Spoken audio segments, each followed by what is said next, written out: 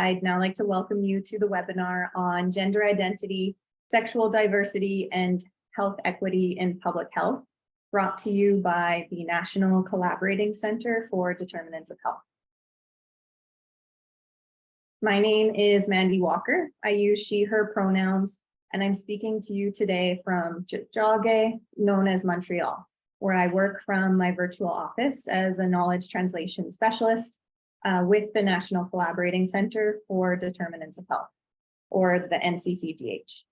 And I also have a background as a registered nurse.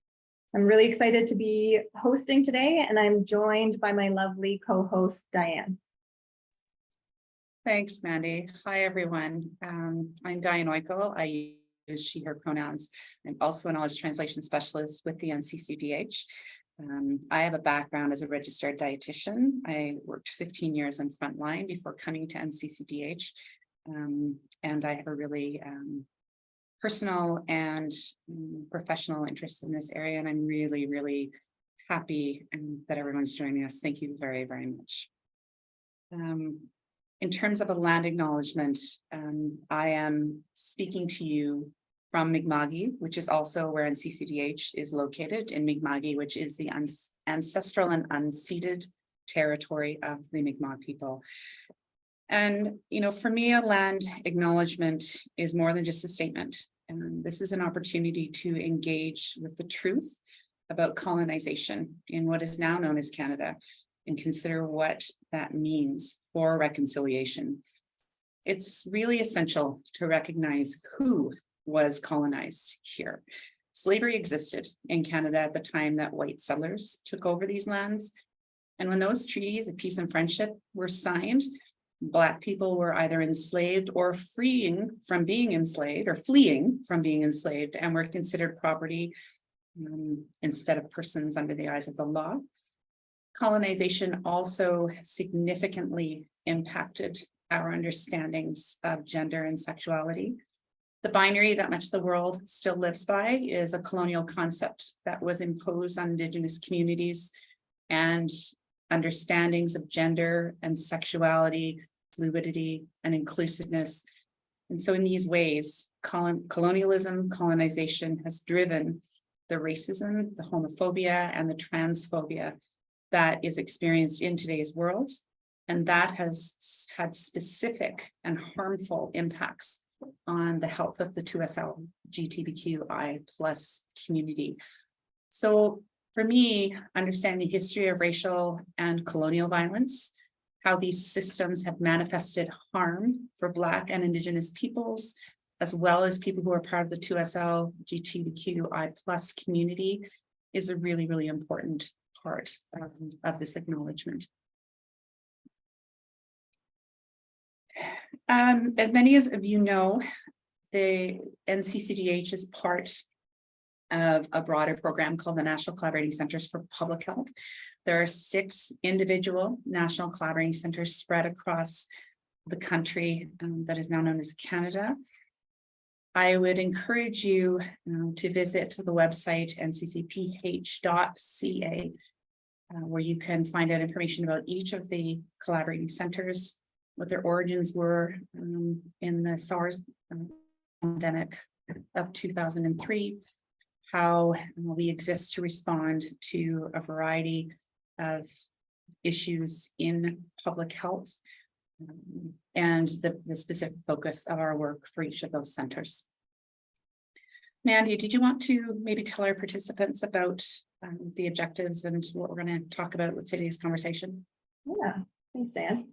So we have 3 objectives for this webinar, and they are to explore how structural and social determinants of health intersect with gender identity and sexual diversity, and to illustrate the importance of pronouns and explore how to incorporate inclusive language and care into practice, research, and policy. And then the 3rd objective is to identify practical examples of how public health can improve health equity for sexual and gender diverse populations. And we have the honor and privilege of engaging with 3 amazing speakers today that have been essential to the scope and content of this webinar. So I'd like to welcome Faye Johnstone, the Executive Director and co-owner of Wisdom to Action, Jessie Dame, the Indigenous Sex and Gender Lead and Certified Registered Nurse at Vancouver Coastal Health, and Amy McDonald, the Gender and Sexuality Diversity Advisor at St. Francis Xavier University. But I'll pause and let them tell you a bit about themselves and their work, as well as what gender identity and sexual diversity means for them and their work. So Faye, would you like to start? Absolutely. Thank you so much, Mandy. And hello, everyone. It's an honor and a pleasure to be here with you today. Thank you for taking time out of your busy schedules to participate and attend this conversation. And I hope that we have, or I know that we have much to share that will be both of interest and practical use to you. My name is Faye Johnstone. I use she and they pronouns. I'm the Executive Director of Wisdom to Action. We are a small but feisty consulting firm based in Mi'kmaq, Halifax, Nova Scotia, that works on queer and trans issues, on gender justice, but also offers a range of other supports and services to nonprofits, health and social services, and governments, including community engagement, nonprofit organizational development, and community and creative facilitation. I come to this work having worked for the last decade on queer and trans issues with particular background in health and work with young folks. I have a BSW and MSW from Carleton University. I am the mom to the two cutest ferrets you'll ever meet and the one loudest cat on this earth. And I spend much of my time these days sounding the alarm and mobilizing communities around the unprecedented surge in anti-queer and anti-trans hate that we're witnessing all across Canada. And to me, that conversation is inextricable from ongoing and historic realities of inequities on every metric of health, social, and economic issue. And so I hope that in our conversation today, we can help you connect the dots. And maybe as a closing, what else do I have to say about myself? I am a member of the board of directors of YWCA Canada and Oxfam Canada, trying to connect the dots between queer and trans and women and feminist movements because our issues are interwoven with each other. I spend much of my time doing opinion writing and media commentary on queer and trans issues. And my face was recently on a chocolate bar, which was a very exciting thing until you realize what it's like to have your face on a chocolate bar as a trans lady in this social and political environment. But you can also find me in your local convenience store if you go looking for the Hershey's Canada cookies and cream chocolate bar. I'll leave it there for now, but really excited for this conversation. Wait, I'm supposed to say something about gender and sexual identity. I am a queer lady. I'm a trans woman. I'm 27 years old. I use various different words to describe myself depending on the space and place. And to me, my own health and well-being is inextricable from how I experience the world around me as like a 5'11", broad-shouldered, deep-voiced trans lady.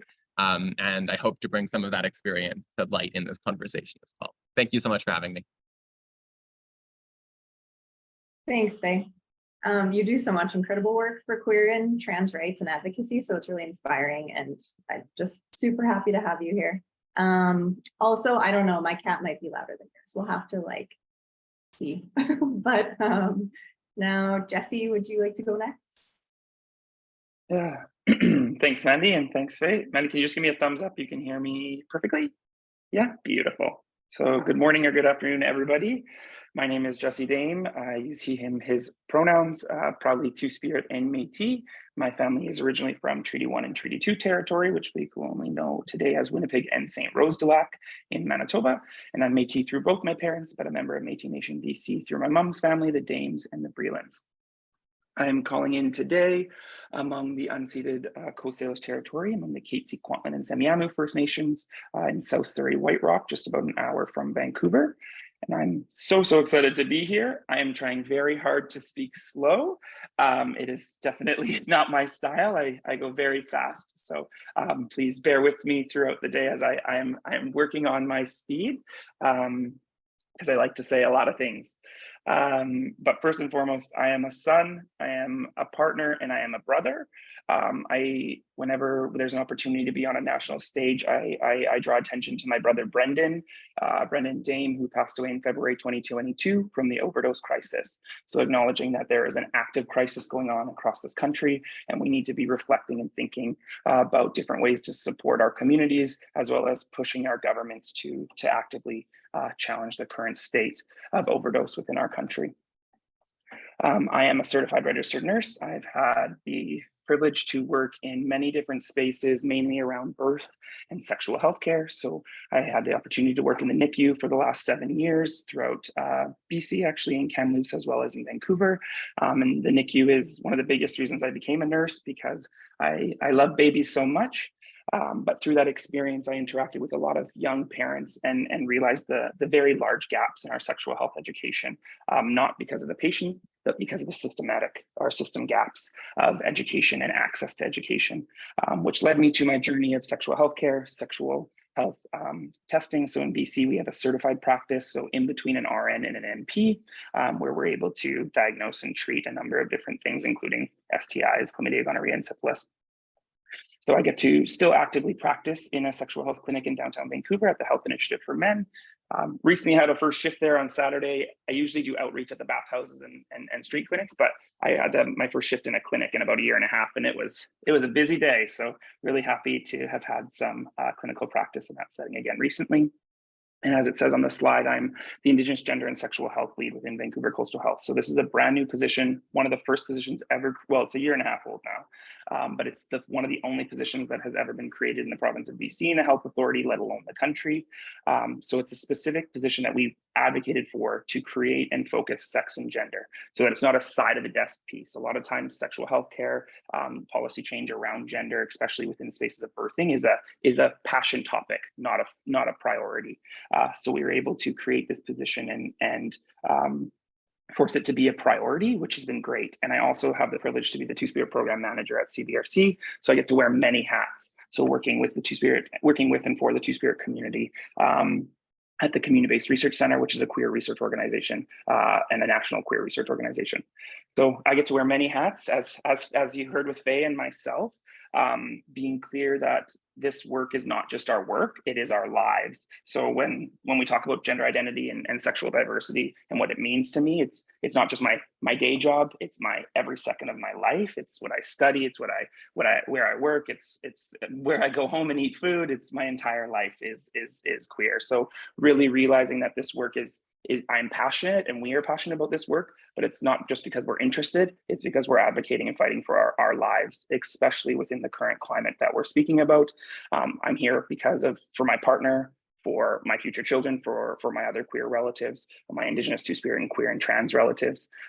So really acknowledging what it means to me is everything. And that's not just because it's an interest, but because I'm here for my life as well. And that's not to be extreme or dramatic, it's reality. And we need to start viewing it as that. So thank you so much, Mandy. Yeah, thanks, Jesse. And it's so impressive that you do work in so many different areas and make a difference in so many people's lives with the care you provide and the research you do. So thank you for that. And thanks for being here today. And now, Amy, would you like to introduce yourself as well? Sure. My name is Amy McDonald. My pronouns are she, her, and I'm the Gender and Sexual Diversity Advisor at CNVX. I am calling in from Mi'kma'ki, which is the ancestral and unceded territory of the Mi'kmaq people. With my role at St. FX, I am the Gender and Sexual Diversity Advisor for the students, but I also work with the staff and faculty as well. Main roles of my position is advocacy work, ensuring that campus is both a safe and inclusive space for the 2S LGBTQIA+ community. I do a lot of one-on-one work with my students, coming from academic help to financial help to personal and medical and gender affirmation, trying to point them in the right directions and provide them with the resources and help that I can give them and provide them with a space where they feel comfortable to exist authentically. In addition to that, I am the faculty advisor or the person who oversees the X Pride Student Society, which is the largest student society at St. FX. I think my current listserv is approximately 178 people. So we do have a pretty active student group. We do a lot of education, a lot of fun activities. I think we had 47 programs offered last academic year, which was really significant. Another part of my position is to do education. So I teach positive space training on campus to student, staff, and faculty and leadership, making it relevant to the climate of what's happening on campus, as well as local to Antigonish and Nova Scotia, Canada. But I have taken the education outside of the campus borders into town, ensuring that businesses have received this very important training to ensure that the people have a safe space to exist in town, not just on campus. And I've been asked to participate in some training nationally with some larger corporations. So I've been happy to be able to bring that education to them. In addition to my work at St. FX, I'm also part of a team under the Roots of Hope and under Nova Scotia Healthy Minds cooperative, where our team is doing a Safe Talk, which is a suicide awareness and intervention program for 2S LGBTQIA+ individuals, and bringing that education to our community so that we're able to better support one another. And I also moonlight casually with Nova Scotia Health. I am a casual employee that started during the COVID relief to basically be whatever people needed me to be. So I'm an emergency support aide and a patient advocate for Nova Scotia Health, working out of St. Martha's Hospital, as well as the Strait. So I started my educational career. I have a Bachelor of Information Systems with major from St. Francis Xavier. And I did my postgraduate work in human resource management with a specialty in human rights and equity and business law from BCOT. And I'm currently in my master's program for adult education and community development. I am the very proud mother of two. I have a 16-year-old and a 4-year-old. My wife is a local Antigonisher and a manager here around one of the big box stores. So she's very involved in all of my work as well. When it comes to gender and sexual diversity, that it's my job. It is my job, but it's also my life. The reason I take such a passionate role in this work is for my own existence, for the safety and existence of my children, for the equity that I know that we all deserve. And I see how my students have struggled in their own experiences, and it just drives the passion in me even more to ensure that they receive the help and the resources that they need to live and thrive and be authentic and be the beautiful and successful humans that they are.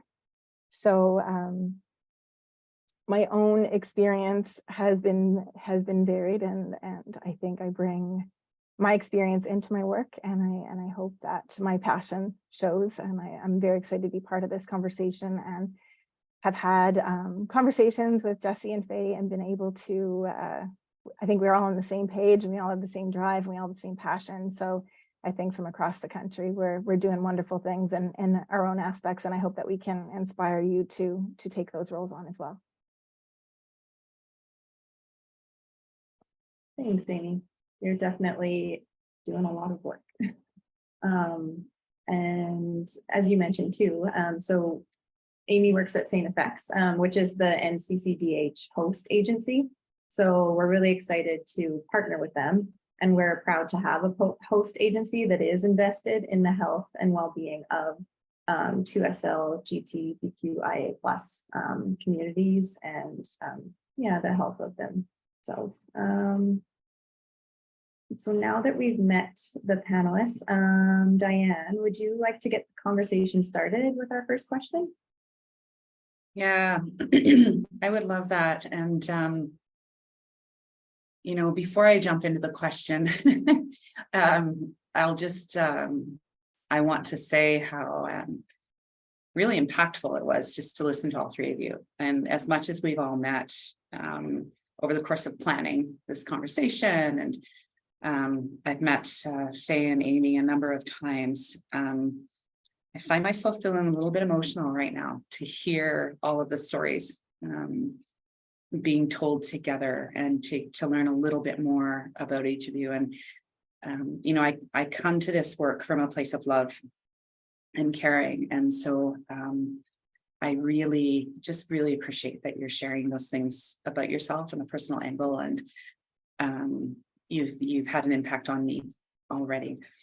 And so, you know, part of why we're all here is really to talk about this. You know, the idea behind this event was so that it wouldn't be didactic and it wouldn't be lecturing and it wouldn't be teachy, is that we would, you know, have a conversation to understand each other more and to understand, you know, the importance of this work. And so, you know, the general question is, you know, why is it important to talk about equity specifically in relation to gender and sexual diversity? We've all talked about why it's important to you personally.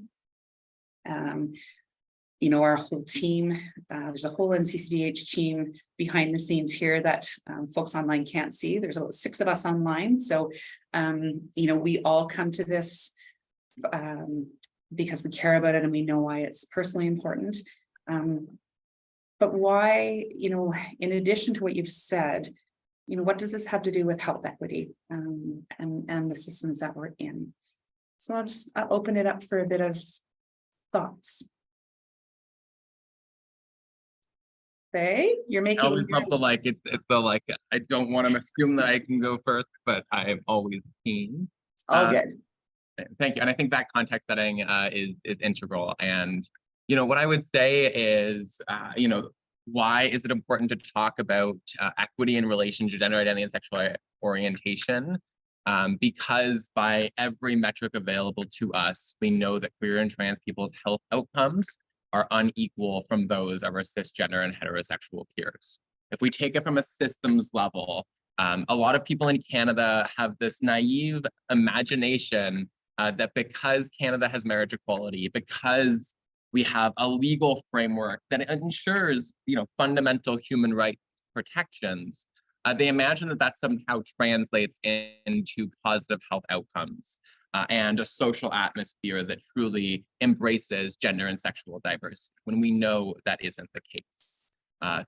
48% of trans people in Canada make under $30,000 a year. There's about a 15,000 annual income difference between straight folks and queer folks. 20 to 40% of homeless young folks identify as queer and trans.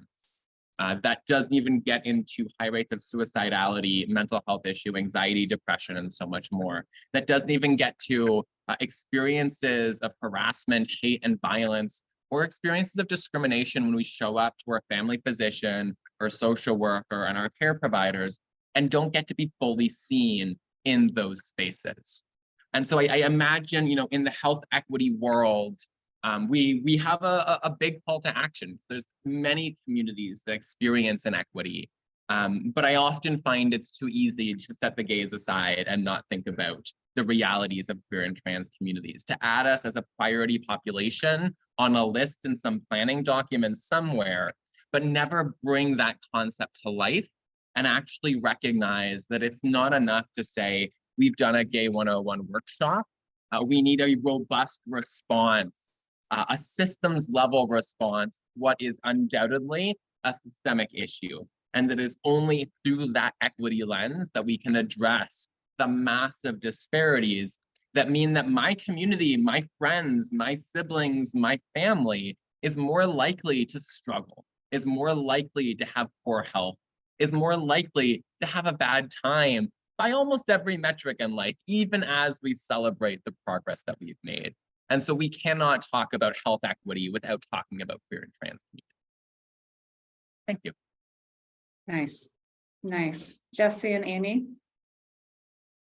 Yeah, thank you so much, Faye. And to bounce, I mean, some of the aspects that you spoke to, visibility. I think really speaking. I mean, by being here today, we're increasing visibility, but it needs to be consistent, not just during June and July. We need consistent and reliable spaces for Two-spirit LGBTQAI folks to see ourselves in leadership, to see ourselves in these places, so that we're supported to continue to do this work and bring awareness to gender identity and sexual diversity through all aspects. And being clear that gender identity and sexual diversity are professional. My queerness is professional. A lot of times it's seen as not professional. My identity is seen as not professional, or it's not appropriate for a conversation at work. And really challenging this Western construct of professionalism and what it means, because in settings in queer spaces, relationality is professionalism, and connecting to people one-to-one is very important. And we need to have that at the front of our minds when we're speaking about equity and when we're speaking about building relationships with our patients or with community, is that like relationality and connecting to people is top priority. And I think part of this, I have kind of two tangents to two things to say. One of the most important things to me when I'm thinking about equity in relation to gender identity and sexual diversity is also the inclusion of sex and gender in every aspect. So as you spoke to, Diane, in the opening, colonization and the residential school system deeply embedded stigma and shame around gender identity and sexual diversity. And we cannot talk about reconciliation. We cannot talk about decolonization. We cannot talk about equity if we're not talking about sex and gender and the influence of society as well as colonization on sex and gender, not just the patriarchy, but the stigma and shame attached to these conversations. So we really need to unpack some of that, especially when we're talking about Indigenous cultural safety and cultural humility, really identifying that if folks who are on the call or present today are looking into doing Indigenous specific training, look to see if there's any sex and gender inclusion, sexual diversity or gender identity inclusion. There's not. So why isn't there? How is that not a huge part of the conversation? Especially in my realms, we know that two-spirit, queer, and trans Indigenous folks, not a new concept. It's as old as time. The term two-spirit maybe have been brought in the 90s, but historically there's thousands of different two-spirit terms across Turtle Island in North America. So noting that historically two-spirit folks were there. So noting why aren't we actively included then in cultural safety and cultural humility currently? So we need to look into that aspect and talk about sex and gender within the framework of decolonization and truth and reconciliation, as well as talking about changing the, also in the other stream is talking about equity in regards to the narrative. A lot of times the queer community and my queerness is seen as a negative or a risk factor, and same with my indigeneity. So a really important factor for me is when I went through my master's was reading all these different articles and academic articles, was just like every single one is telling me how and when I'm going to die. Every single one was talking about my indigeneity or my queerness and how it's putting me at risk. Nobody was identifying the homophobia or racism as the risk. So I was the risk, I was the problem. And we really need to think about that and how that has created a standard or a frame in Canada about how we view queer people. My queerness is the risk, my indigeneity is the risk, and that's not true. Homophobia is the risk and racism is the risk. So we need to unpack these things a little bit more and be aware of what we're talking about. When we're talking about my increased risk for an STI, it's not because of my queerness, it's because of systemic structures that have led and homophobia that has led to the result of an increased risk for STI, lack of education around sexual health practices, lack of education about what risk factors and lack of government involvement to prevent STIs, including the massive syphilis outbreak that's happening right now. So I will stop there so that Amy has a chance to talk, but I could keep going, but I'll pass it over to you, Amy. Thank you. Both Faye and Jesse, I appreciate all of the comments that you've made, and you've taken most of my talking points. However, I want to echo the importance of talking about the equity, because until we talk about it, it's going to continuously be brushed under the carpet. People need to be aware of the lack of education that comes with gender identity and sexual diversity, specifically in healthcare. If people don't have the right language and they're not using the right language and they're not able to use the language and understand, how can we move forward with creating health equity if they don't even have the basics? We need to have those conversations, and it's so important to talk about. And just to, I'm a statistician by trade in one of my degrees. So to speak to something that Faye had said about the statistics, when you look at the census data from StatsCan, when it comes to looking at sexual minority and gender diverse Canadians versus non, and I'm just looking at my data now, it's 40% compared to 15% of seriously contemplating suicide, 41% to 16% in comparison of being diagnosed with a mood or anxiety disorder, and 32% to 10% experiencing poor mental health. So those numbers alone show why we need to talk about this more openly, without hesitation and without worry about the consequences of talking about it, because there are none. To create equity, we have to treat everybody equally. We have to give the opportunity for everybody to live and thrive authentically and safely and have the ability to exist and be healthy. And without talking about equity, we're not going to get there. And Amy, just to add, I think to add on to this, and those statistics are extremely important. At the same time, acknowledging what I was saying, that the high rates of suicidality and depression are not because of our queerness, or because of my indigeneity. It's because of homophobia and societal influence, and that we do need to talk about how we can invest further in queer communities, into LGBTQ communities, further and more equitably, to ensure that we're combating those statistics and ensure that we are providing a space. Because I don't know why this needs to be said again and again, but when we decrease homophobia or racism, every single person benefits. It's not just my gay agenda. We all benefit. All of society benefits from decreasing discrimination. So I saw Faye, you unmuted your mic as well. So or I took off your microphone. They did tell us that we could be informal and conversational with the panel. So this Absolutely. is modeling good dialogue. I want to emphasize like two pieces. I think on one front, I want to stress that I think a lot of folks just imagine that homophobia went away in like 1995, when somehow there was a moment where you could have the gay uncle and the world wouldn't end. I think homophobia and transphobia are often understood as your great grandparent who just hasn't gotten with the times, and that does a disservice to the social indoctrination of homophobia and transphobia that all of us are subjected to. We grow up in schools, we consume media, and those assumptions stay with us. And so I think a lot of folks just imagine because they have one gay friend that they're not complicit in homophobia in any part of their lives. And that's not by any means the case. We still have to do the work to help folks understand how structures of the gender binary, of patriarchy, of homophobia and transphobia perpetuate in our societies. That's one piece. The second piece, and I'm thinking of my dear friend Debbie Owusu-Achia here. She's the executive director of the Canadian Centre for Gender and Sexual Diversity, and one of the leaders in the queer space nationally. And in the lead up to the last federal election, she wrote an op-ed that spoke to how one of the struggles we as queers have is that the public understanding of gender and sexual diversity continues to be where it was in 2005. What I mean by that is that when we think about queer and trans communities, you don't picture Indigenous Two-Spirit folks, you don't picture trans women, you actually picture white middle-class men who have in our communities benefited largely the most from the progress that we've made. Still a lot going on there, sexual health and outcomes, mental health, isolation, and aging. But that impression allows you to say, oh no, your public understanding of the issue is that the white gay cis dudes are all right. And then you expand that to include everyone, when that is not and has never been the case. We need to look at the community writ large, but we also need interventions and equity models that look at Two-Spirit folks, that look at trans folks, that look at trans women and trans women sex workers who are Black, Indigenous, and racialized. We need a disaggregated approach to this, one that zeroes in on the populations that are disproportionately overrepresented in a community already with disproportionate health issues. Mic drop.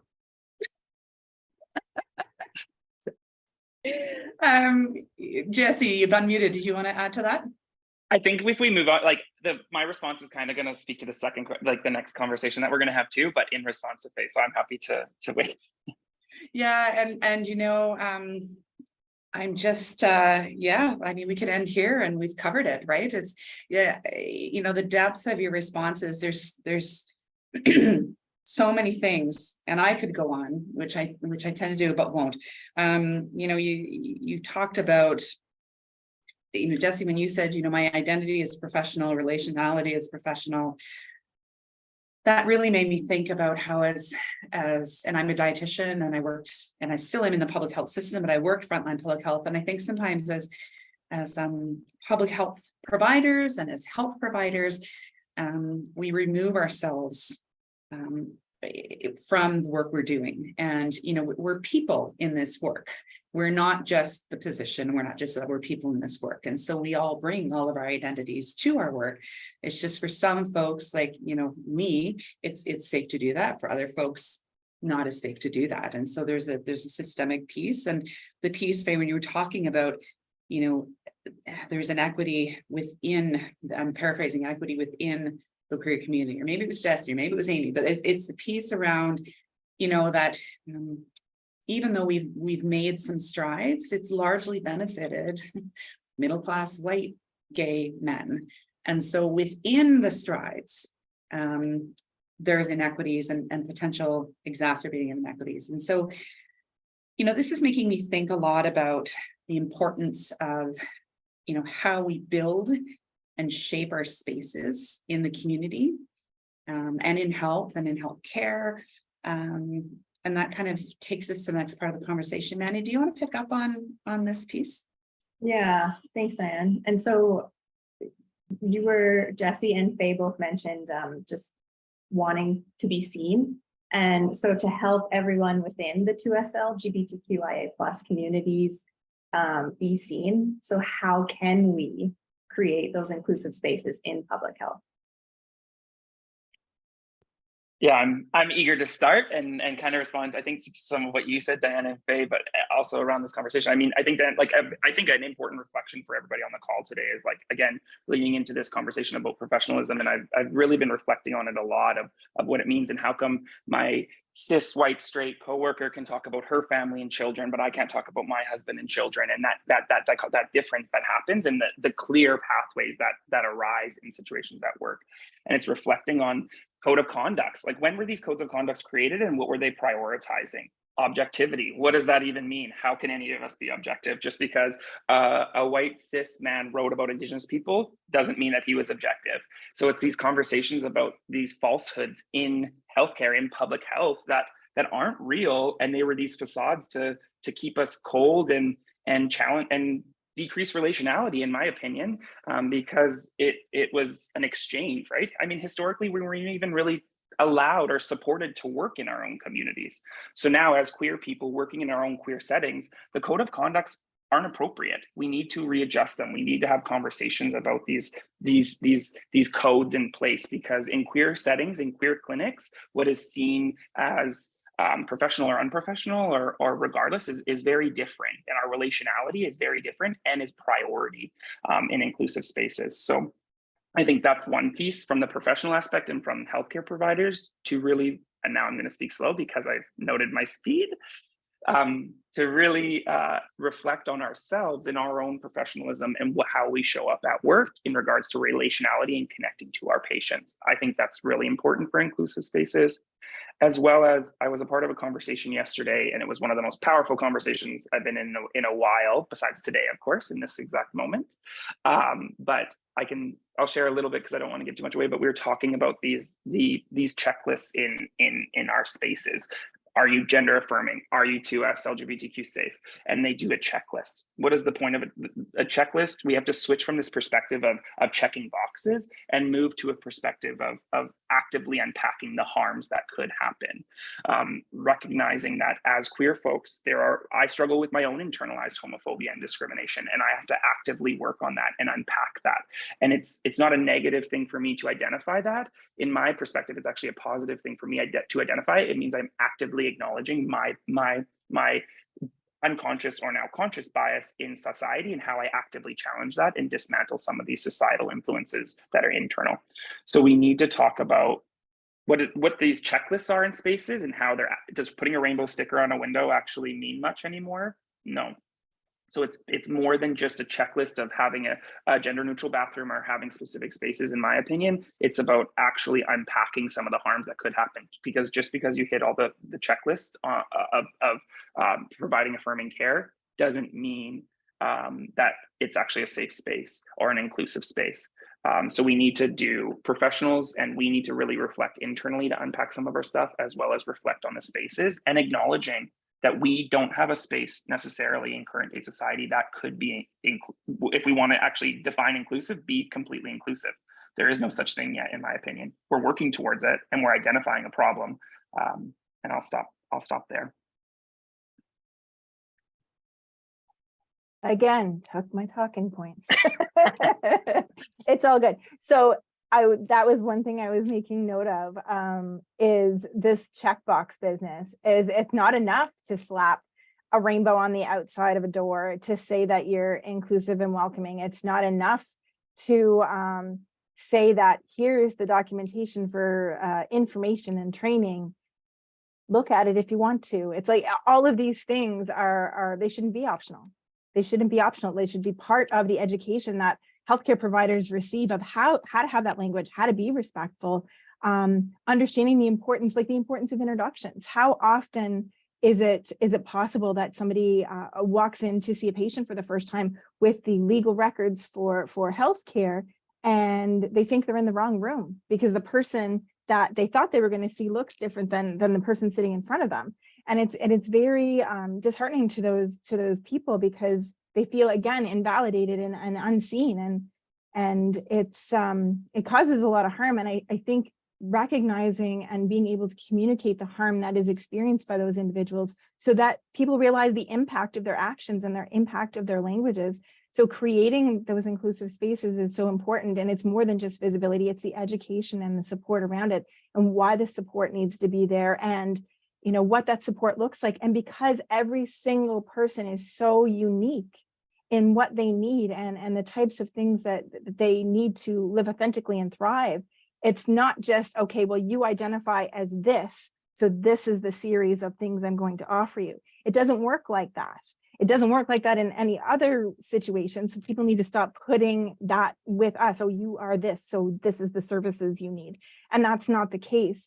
And when I talk about language, I mean, even talking about the title of things, something that I bring up a lot with my students. I do work with nursing students, and they brought things forward to me about experiencing things, for example, in the Well Women's Clinic. And they're talking about, well, it's not just people who identify as women who need the services that come from that clinic, and having these really rich conversations with these nursing students going into their practicum, and they recognize it, and they recognize the need, and they recognize the importance of why we need to have these conversations and why we need to create spaces that are safe and inclusive for all. And language is a huge part of that.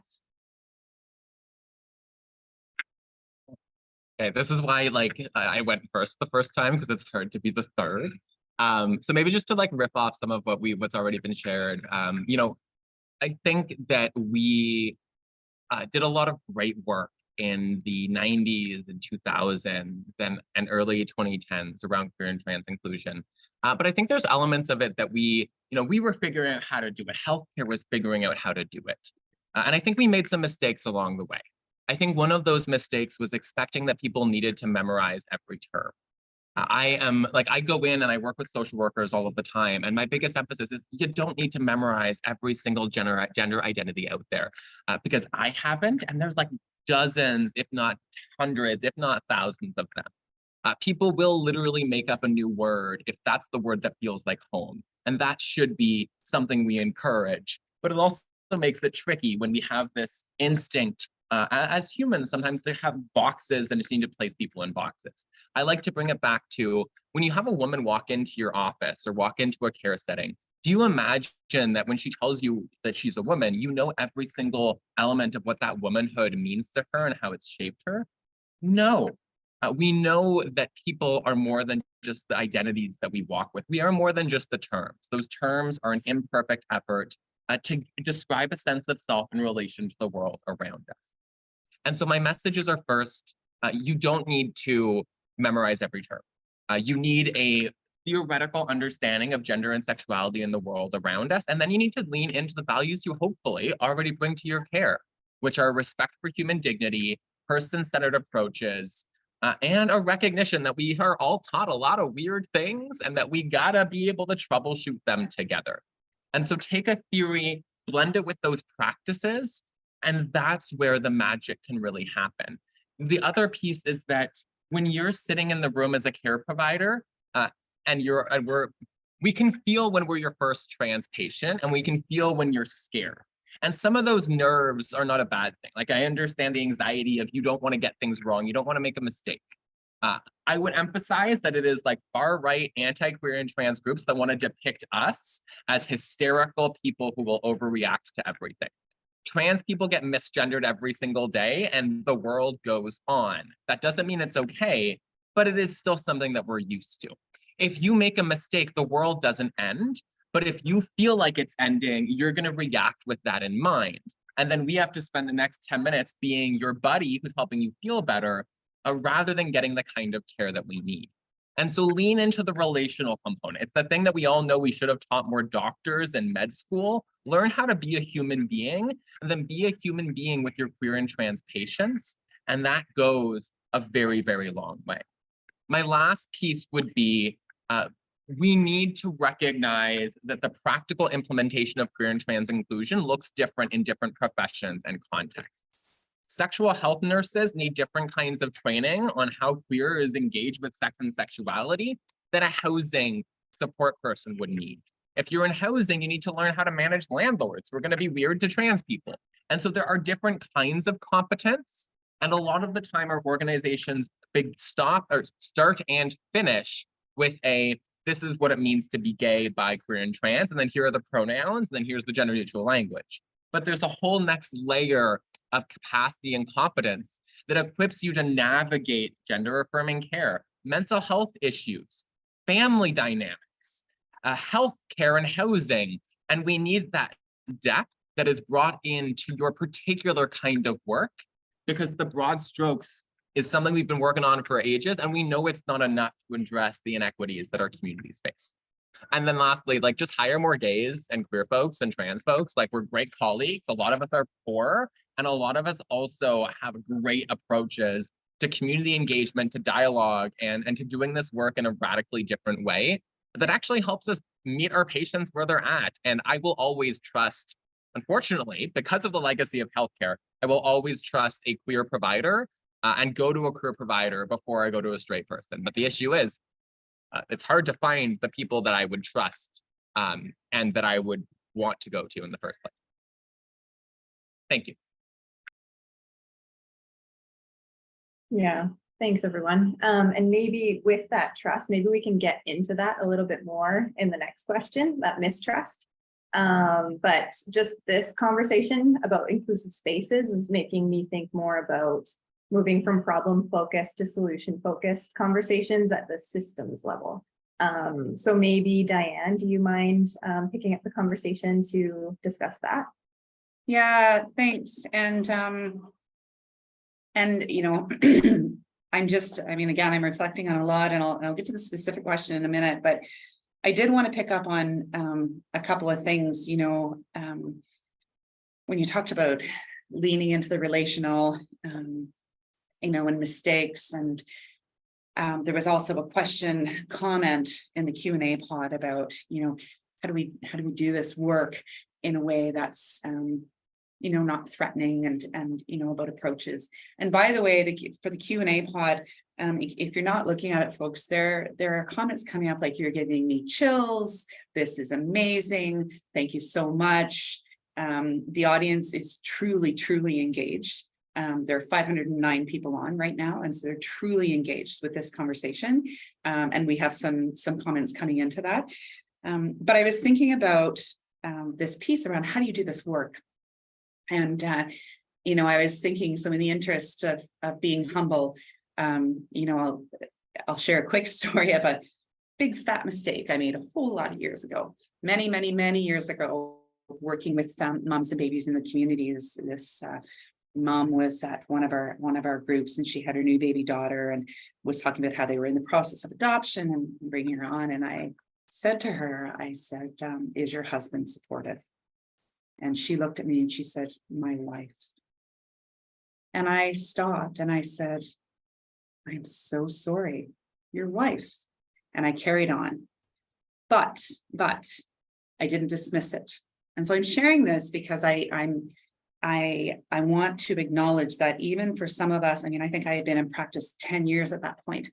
Even when you're in it, and even when you love people in this community, and even when you are trying to do the best, we're all going to screw up. And so what I did is I went back, I spoke to her later, and I had a true apology in a space where there were less people around, so it could be a bit more private. I spoke to the nurse who runs that group. She went back and talked to the mom again. The mom was fine. They were not upset, but I owned my mistake. And, I tried in the best way I knew at the time to be accountable. And I think, as we move into this discussion around system level priorities, I think we also all need to remember that us public health or community workers or whoever's online, we are people in this. And while we're waiting for the system to catch up, we can all do something at some level to help shift this along. So with that, and I'm not looking for affirmation in my approach. I just wanted to share it as an example of something that could happen to any one of us every single day. So with that, let's talk about some of those big system level areas. What are some of those policy and system priorities? Another comment we had in there is we got to stop pink washing. We got to stop rainbow washing. We've got to do more and live this every single day. So what are some system level ways we can do that? Amy, do you want to go first? Amy, go first. Oh, no. Okay. You guys are so kind to each other. It's so nice. I'm very aware that I tend to ramble, so it's trying to maintain.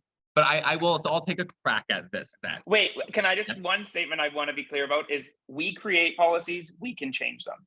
I don't know why there's this facade of once it's a policy, it's forever. We create them, we can change them. And then I'll speak more, but I just wanted to say it clear because it drives me whenever we talk about policies, well, these are the policies. You wrote those policies. So I'll pass it back to you. I love it. Thank you, Jesse. So I'm going to take this back a little bit. I'm going to think about a federal lens, and then I'm going to think about a provincial lens. On a national scale, queer and trans organizations are small, desperately underfunded entities that have emerged from multiple crises. They were formed in response to the AIDS pandemic. They were formed in small towns and big cities to give queer and trans people space to come and be ourselves. And they were largely led by volunteers. Now, as the world has evolved and our community has begun to be able to live as our honest selves in public space, a lot of those organizations have pivoted to implementing programs and initiatives to support the health and well-being of queer and trans people. The issue is that they have chronically underfunded and neglected by both mainstream health organizations and in particular, different levels of government that have the capacity to bolster their responses. I have been in this sector for a decade, and I will stand by the same thing I knew when I first came into this world. The best way to address inequities in queer and trans health is to strengthen community-based queer and trans organizations because they are who our communities trust. They have services tailored to our context, and our folks will show up there when they don't show up in the emergency room or go to their primary care provider. We often forget that these organizations are nowhere near supported to the degree that they need to be. And so, I think first and foremost, when we have this idea of a systems level response, we need to raise the bar in what we celebrate when it comes to different levels of government and their commitment to queer and trans communities.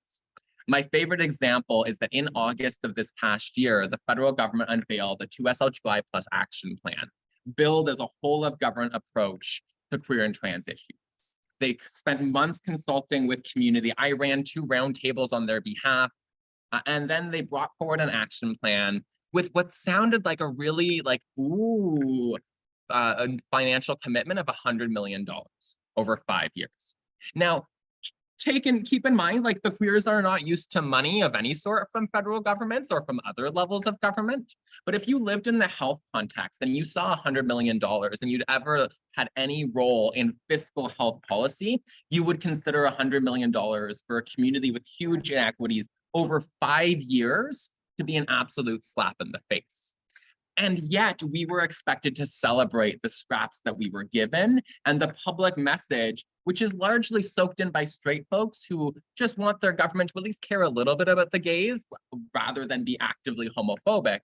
The bar is underground. And so it creates a context where it's really hard for us to mobilize around public policy, because governments are great at press conferences and photo ops. And then the policy literacy, as Jesse's boss, Michael at CBRC loves to say, the policy literacy in our communities is not where it needs to, should, or could be. And so we need to dig a little bit deeper. I'm going to stop rambling in a hot second, but just to think about the provincial scale, I think there is a need to, it's provinces and territories that fund health and social services. They get funds from the government federally to do some of it, but much of it is provincial, territorial, and municipal responsibility. And so we need to be bringing a queer and trans angle to those conversations. When we talk about primary care, there is no excuse for governments that are unwilling to mandate education for medical providers and physicians around gender affirming care. There is no excuse for the fact that our organizations mandated to improve queer and trans health provincially are desperately under-resourced. And so there is definitely like an internal and like mainstream health role in a lot of this, but a lot of it has to be being the ones who are advocating on queer and trans health issues as well, and not waiting for us to do it for you, because queer and trans organizations are not resourced to meet the policy demands that are put upon us. And then mainstream health organizations just don't think about us in their actual conversations with government, with system leaders and policymakers. And so we need to have a systems level lens on queer and trans health, or we're never going to get ourselves out of this situation. Every single community should be able to guarantee availability of a queer health hub where queer folks can go to a primary care doctor who's from their community, where parents of trans kids can access counseling and supports, where then the 15-year-old who was just kicked out of their home doesn't have to sleep under a bridge or sleep in an alley because they don't know if the homeless shelter is safe, because instead they have a queer housing worker who can help get them in a place that is safe for them. The bar is underground, and it is so frustrating to see people imagining that all we got to do is take a workshop or throw a rainbow sticker up, because again, queer and trans lives are impacted by systems and structures. We need a systematic response to deliver the health equity that our communities need. And it starts by putting some of our money where our mouth is on queer and trans health issues. Thank you. Faye, I mean, you throw that, you're not dropping it, you're throwing that microphone. And I will echo and really speak to further, like, it's not a big ask. It's just stability. I definitely have witnessed over the last couple of years at CBRC, especially, I mean, between January and July, basically half the year, we're spending the time fighting and advocating to make sure that our employees or our staff have funds. So majority of the time, or a big chunk of our time is looking at and trying to find funds to keep folks employed to do this work, but yet the deliverables are the same or even bigger. So it's like this unstable process, but expectation of stability. So it automatically sets us up for failure because we're getting pennies to do hundreds of dollars of work. And then not to mention that we're also splitting it between organizations, and it creates fighting within the own community, not necessarily fist fighting, but organization to organization dynamics that can be very problematic. So it's a systematic approach to continue to reinforce dysfunction, in my opinion, in our own community. And I'm sure folks have heard of the example of crabs in a bucket, right? Like when you put a bunch of crabs in a bucket and they're trying to climb up, they pull each other down. But if you let the crabs free and we're on a rock together, we actually hold on to each other to support each other so that we don't wash away in a wave. So it's this realization of like, stop putting us in buckets and stop giving us pennies, allow us to do the work that we want to do and support each other and invest in us. Because as we said in previous conversations, when you invest in community, invest in the Two-Spirit community, invest in the queer community, invest in Indigenous communities, it benefits all people. It results in an increase in culture, an increase in community connection, an increase in humanity, an increase in kindness. And I would agree, Faye, you kind of spoke to medical school and physicians, but also in nursing school. We need to do a much better job. I remember throughout my entire undergrad, all I wanted to do was IVs. I wanted to put in IVs. I wanted to put in catheters. I wanted to draw blood. I was like, get it all, like, let me do it all. And the journaling and the stuff that we called fluffy was just like a waste of my time. And it's so sad that it is now, after 10 years of practice, that I recognize. And I know my instructors, if there's any instructors on this call, apologies. I know you tried to tell me, and you tried to tell many of us. So I send you love. but it's sad that it took me another 10 years to really realize that that fluffy stuff, that journaling, that self-reflection, and that critical reflection was the most important part of my undergrad. And it's not, it's in current day society, we focus more on physical aspects than emotional and mental health, as we know. So it's like medical schools, healthcare schools overall, all programs, including dietitians and nurses, and everybody needs to revamp some of their perspectives and their focuses to realize and recognize that this is relational work. There's no such thing as objectivity. There's no such thing as these falsehoods of like being the person on the outside. We're in this work, we're deep in this work, and it's great. And that we need to support each other and hold on to each other on the rock in order to move forward and be stable. And another to support your base, like your call to action, Faye, that you say a lot is provide us the stability, or not even stability, just consistent funding so that we can create the stability or that foundation. Because we know what to do. That's also the part. It's like literally give the gays more money is the hill I'm going to die on. It's just like give the gays more money and we will be able to solve these problems.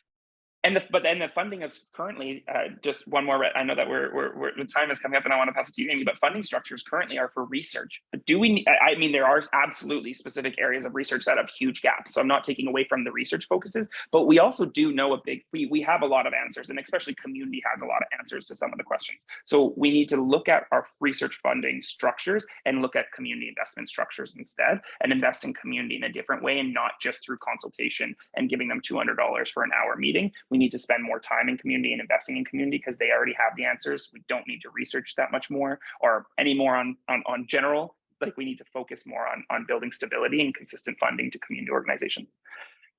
Amy? Again, it's going third. It's like I got nothing else to say.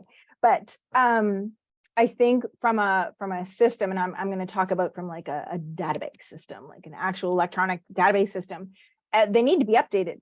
They're the way of the dinosaur, and the information that's being collected is great information, but it's not all of the information a healthcare provider needs to connect with their patient, and it's not necessarily capturing the diverse needs of the individual. That, again, in order to be treated respectfully, in order to trust your healthcare provider, in order to put confidence in their ability to provide services to you, they're not being given that information, or not being asked that information. So I think that piece is really important.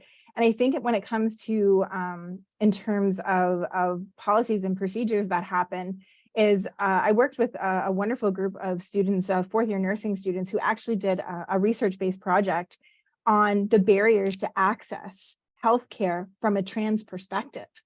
And when they basically got stopped at the door, it was incredible to see what they were able to encounter as barriers, and how quickly it started in the journey to access gender affirming care.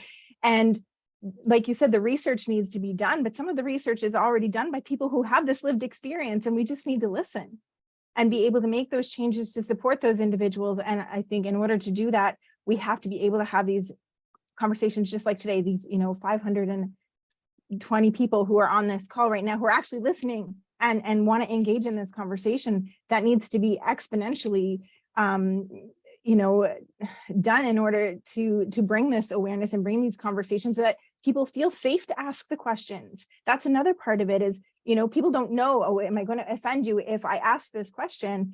Because we know that this change needs to happen. It just needs to be like an open conversation where people feel heard and supported, and we know where the barriers are. So let's work together as a community of everybody to make sure that everybody feels the equity in healthcare and it's not siloed. And if I can just jump in, I think I was looking at the Q&A and seeing some common elements. And I think, we are seeing this staggering surge in anti-queer and anti-trans hate. And I think we'll get a bit more into that in the Q&A.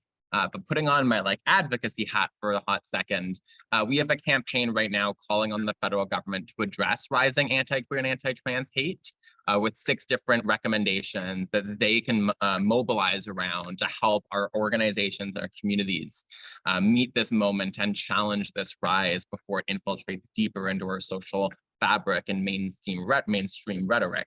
And so I would invite you to go to www.act4queersafety.ca and sign our petition, sign up for our newsletter and consider sharing it with your friends and through your networks. It actually means the world when we have health providers and folks who have the health profession credibility amplifying the work that we do. And that would be a phenomenal action that I'd invite you to take if you're looking for a way to raise your voice as well.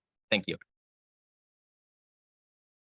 Beautiful, beautiful. And it's funny you're peeking at the Q&A pod. There are lots of questions flying in. So I think I'm going to transition us to answering a few. And I want to thank my colleagues that are in the background here who are combining some of the questions so we can get at some of those bigger themes. So one of the things that folks are asking about is, what are some of the first steps that healthcare can do to actually create those safe spaces? It relates, there's another question that relates about, they've heard about strengths, good and bad things about sharing pronouns, not sure how to do it in a way that doesn't put pressure on people who maybe don't want to identify. And then, the data, the health data piece. So what's the best way to collect some data so that we can identify some trends among these queer and trans populations and also be respectful of individuals? So it's that safe spaces, safe inquiry is my word for it, safe exploration. How can we go about that? I can tackle the pronoun piece of that quickly if that's helpful. So I think 7 years ago, we would have said ask everyone their pronouns. It is always the thing to do. Now I take a little bit more of a nuanced approach. What I would usually say is that invitations mean the world. What I mean by that is showing folks that they are safe and comfortable to share their pronouns, but not creating a context where they're obligated to, especially in group settings. It's a little bit different, and you can usually get a vibe for somebody's comfort level in a one-on-one context. So trust your gut in those situations. But generally speaking, what I would say is I always would disclose my own pronouns without requiring others to do the same. And if I have gender neutral language on my documents, if I have rainbow stickers some places, that together shows people that this is a safe space without having to push the question and then having it on your forums and in other spaces so that there's a real invitation, but then making sure you're using gender neutral language with all patients until you know if they do use a particular set of pronouns. And that's my middle of the road implementation way forward. Nice. Jesse? Yeah, I agree with Faye. I think a lot of these conversations come up, especially in Vancouver Coastal Health, and how we approach patients and clients and throughout the different age groups. And I would agree with Faye. I think it's situational. I do think if we're willing to collect my full name and birth date in a public space, then pronouns are a part of the conversation too, and normalizing them to a degree by modeling them. Like Faye said, I modeled them to make sure so that it provides an avenue for folks to recognize. And if they've never identified or never used a pronoun before, that's okay. I think this fear of safety and this fear of reaction is actually inhibiting people from having these conversations because it just isn't safe to ask pronouns or I'm scared of how the person's going to react. And being clear that the folks that I've had the worst interactions with around pronouns are cis white straight men who come to my sexual health clinic and they react like, how dare you not make assumptions about me and what I look like? And I'm like, well, actually, listen to what you're saying, because it's an interesting dynamic to unpack when we're talking about it. You're like, you actually are wanting me to assume things about you let's unpack this a little bit. So it's an interesting conversation. And I would say, I agree with Faye that it's contextual, but it is important to reflect on our own concerns around safety and what does safety actually mean? What is the definition of safety? As I said earlier, I don't think there is necessarily a zone of safety. Maybe there's a zone of less harms or having conversations about harms. And really reflecting on that and our role in those conversations is so important. And I think that kind of answers the second part, which is, you said so many things, Diane, I don't even know how to try and tackle the rest of the list. But it's just keep going.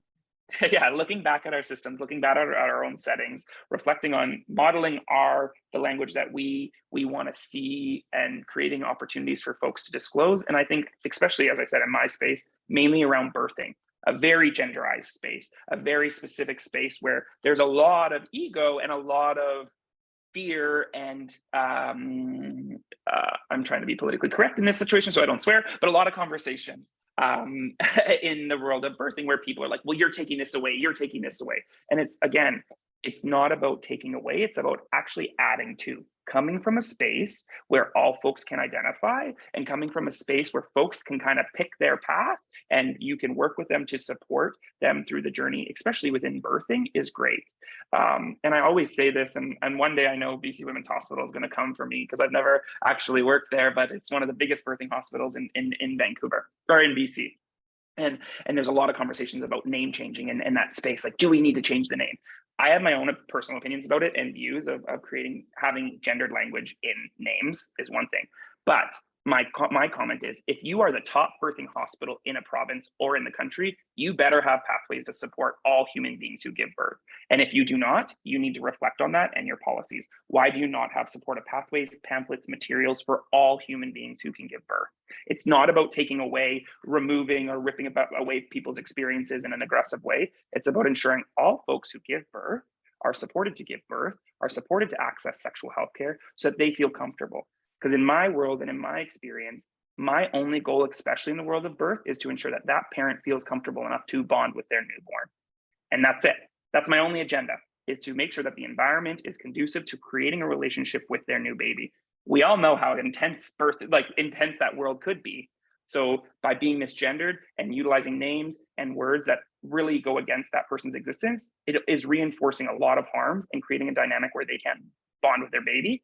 And then we're actually upset with them for not reacting the way that apparently the system tells them to react when they're with their newborn. So that's a very specific example in my world, but very clear, like, how gender influences. And what we're actually asking for is, again, not to strip away experiences or take from anybody, to actually add to ensure that we're utilizing the best language. And my last tangent, or my last piece, that lots of people are like, well, then what do we do? If you're having a conversation with a parent and they've identified their pronouns, is there any language or words that you would prefer not included in your care? And it's not just queer people who don't want words. There's a lot of language and a lot of terms that we use, especially like honey, baby, talk down language that happens in birthing that a lot of people really don't like. And it's a cultural thing. It's a conversation that we need to remove. So it's coming from that place of like, is there any language or terms that you would prefer not included in your care? And then it's my responsibility as your healthcare provider to make sure that my team is aware, because you should not have to redisclose that every single day. So I'll stop there. Sorry. I tried to address many of your things. I love that. And before I turn it over to Amy, like, it just a lot of what Faye and Jesse, you both said, are very practical things that anybody on this line can pick up and apply to theirs, whether they're in birthing situations or not, for example, right? What you just said, Jesse, is there any language you would like not used in your care? That opens it wide up, right? So Amy, I know you've got thoughts about this one. Yes, well, again, people have taken thoughts right out of my mouth. But one thing I wanted to kind of address in what Jesse said is, yes, asking, is there language that you would not like used? Is there language that you would like used? When it comes to like those introductory pieces and being that person to introduce yourself with your name and your pronouns, I want to recognize that not everybody who is a healthcare professional or a professional at any point is comfortable doing that either. Something that was brought to my attention was an individual was speaking to me about being asked to put their pronouns on their name badge, and they aren't out at work because they don't feel safe at work. So for them to do that was putting them in a vulnerable space. So I think there's workarounds for that. Just exactly what Jesse and Faye said, have those conversations. These are people. They just want to be respected. And if you are respectfully asking and genuinely wanting to help, they're going to give you the information you need to do that without compromising your own safety. And I think okay, we can trickle down and okay, well, now we need to create a safe space for people to work in. And that's going back to that policy and all the stuff that we previously talked about. So know that, I mean, it's not about having to disclose your own story if you are not feeling comfortable or safe to do so. It comes with creating that environment of support and acknowledging, like, again, the very, very simple questions. There's words that you want me to use, words you don't want me to use, and people will be very happy to answer that. Yeah, I totally agree with Amy, and like just connecting to people, exactly like you're saying, Amy, and educating yourself. It is not my responsibility as a queer person to provide you all the education, as well as go against, you know, like a lot of times in some of my presentations, people come in with Google and they're like Googling, disrupt, like attacking everything that I'm trying to say, dissecting everything that I'm trying to say. So it's having conversations and educating yourself with reliable materials. I'm hoping most of the healthcare or other folks, professionals on the call, know pathways of reliable materials. Onion, for example, not a reliable website, and others. There's a number of websites that are not reliable that are sent to me actually quite often. Well, this one person said this, and I'm like, let's talk about reliable websites and information. So educate yourself. Take initiative after today to further educate yourself and utilize the materials that I posted in the chat, because it is not just the queer community's responsibility to provide all the education. I'm willing to come and answer questions always, if you do the work yourself as well. And maybe to just like, I think there's an element that we were getting into here around like the navigation of gender neutral language, and like how do we refer to folks and communities. And I would just emphasize, like, no one is saying you can't call your wife, your husband, you're gay. Don't call your friends who are gay, you're gay. That's a little bit different. I can do that. Depends on context. But you know, we are all, no one is trying to stop how we use our own language in our own lives. All we're asking for is that when you're describing groups of people, that you use language that accurately reflects that group of people. If you're a trans man and you need, I'm not a medical provider, and you know that there are tests related to your anatomy, A, B, and C, if you never see any marketing that tells you that that's a test that you need, you're less likely to go and get that test. Whereas like people who can give birth, I'm pretty sure that most of us are aware of who is able to give birth in most contexts. And if we are able to give birth, that messaging actually does remind us of what we need it to. And so there's been this whole like exaggeration around gender neutral language that turns it into a conspiracy to take like the word woman away. And I'm like, I love being called wife by my very gay husband. I love my womanhood. Trans people love, we love and hate gender. Gender is weird, but these words have meaning to us as well. It's not a problem or a threat that they have meaning. It's when they're applied inaccurately or in ways that don't help people get the kind of care that they need. That's when it gets messy. And that's not an unreasonable ask. That's just like science communication and public messaging 101. Yeah, totally agree. In that space, it's like, I always am just like, if you identify as a birther and you identify as a mother, beautiful. If you come in and you identify as a father who's giving birth, beautiful. It's not to take away, it's to make sure we're coming into a space and having conversations about adding to. So I love it. Yeah, that's perfect. And we're such a heteronormative society. You know, the big thing I've taken out of collectively what you've said is that, you know, inclusivity does not take anything away from anybody. It doesn't take it. And a lot of, you know, the reactions I've heard some of you recount, you know, from other folks is that sort of resistive, like, but what about me? But what about me? It's including other people doesn't take anything away from anyone else. And I'm going to go to one more question, but Jesse, you unmuted. Did you want to just? Yeah, I think I just like reinforcing what you're saying is just this realization about heteronormativity, but influence. There's been this conversation about like Netflix and movies, and now there's a number of queer representation. Everybody's like, well, what about the influence? What about the influence? And my question always is like, why is it only influence when we're talking about the queer community? Why is it only on us when we're talking about influence? What about the heteronormative influence that was my entire life? And like really challenging that perspective of normal and not, or what is common and not, and just realizing that there has been direct influence on my entire life, and it had major negative outcomes. So realizing this perspective of phenomena and influence that's like, well, there's the gay agenda, and now we have gay movies on Netflix. I'm like, well, for the first 30 years of my life, there wasn't. And that has a huge influence. Heteronormativity has a huge negative impact on my life. And recognizing that causes harm, and recognizing that it's not just queer influence, it's not just, you know, queer movie, it's all together as influence, and which shouldn't just be seen as a negative context when we're talking about queer influence. So I really appreciate that perspective and challenging this heteronormativity and cisnormativity of what is normal and what is not. Yeah. Because And I had to, I had a tense discussion with a neighbor the other day who, about this issue. And he said, but I don't like it being pushed down my throat. And I said, well, how do you think that gay people feel with the heteronormativity being pushed down their throat all of their lives? And so, and I think so, again, with the actionable and take home pieces, maybe, supporting community organizations and health providers with some language and some responses and some ways to address when some of those biases come up in their work might be a space. So I want to ask one more question. We've got about 4 minutes for this one around intersectionality. So we had a few comments come up about intersectionality, that the panels really raised a lot of issues around intersectionality, how the health inequities affect different groups within the 2S LGBTQI+ community.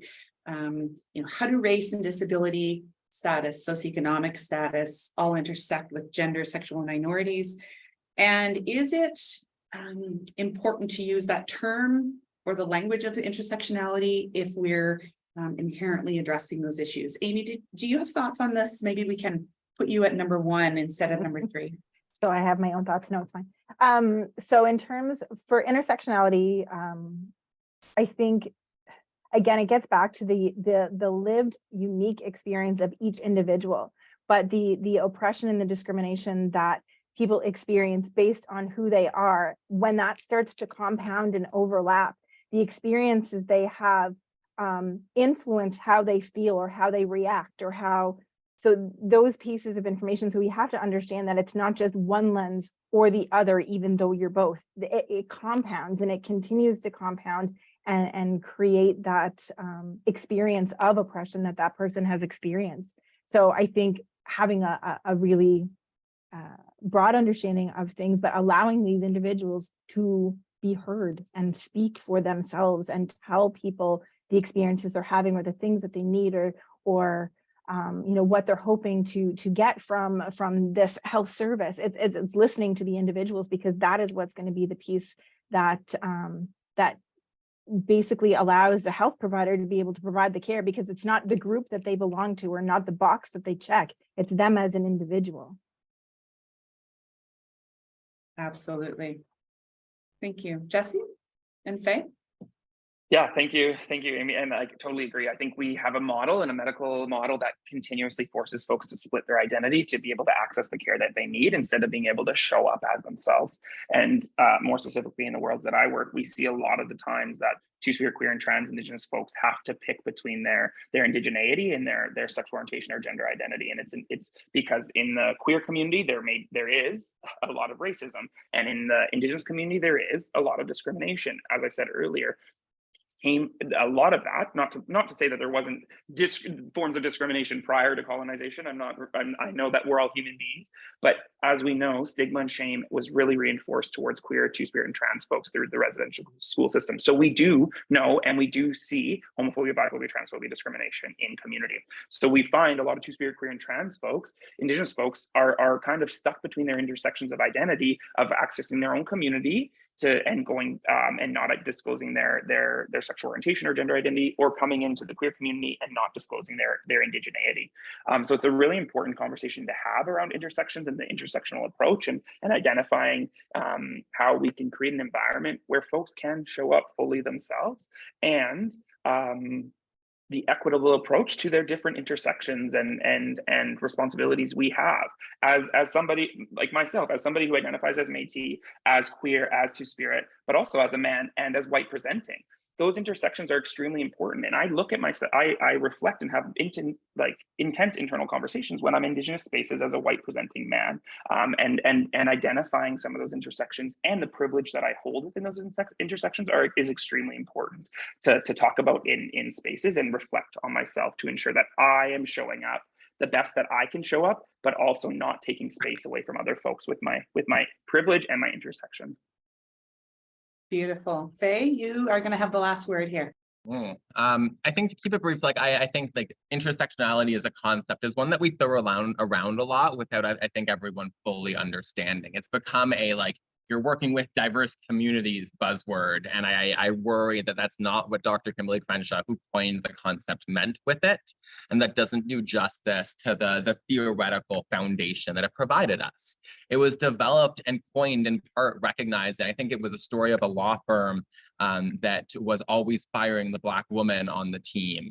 And from a racism angle where it was hard to challenge in court because there were Black men, from a misogyny angle, it was hard to challenge in the court because there were white women. And so it is very much intended to give us an understanding that intersecting forms of oppression create unique results, unique, messy, and harmful results.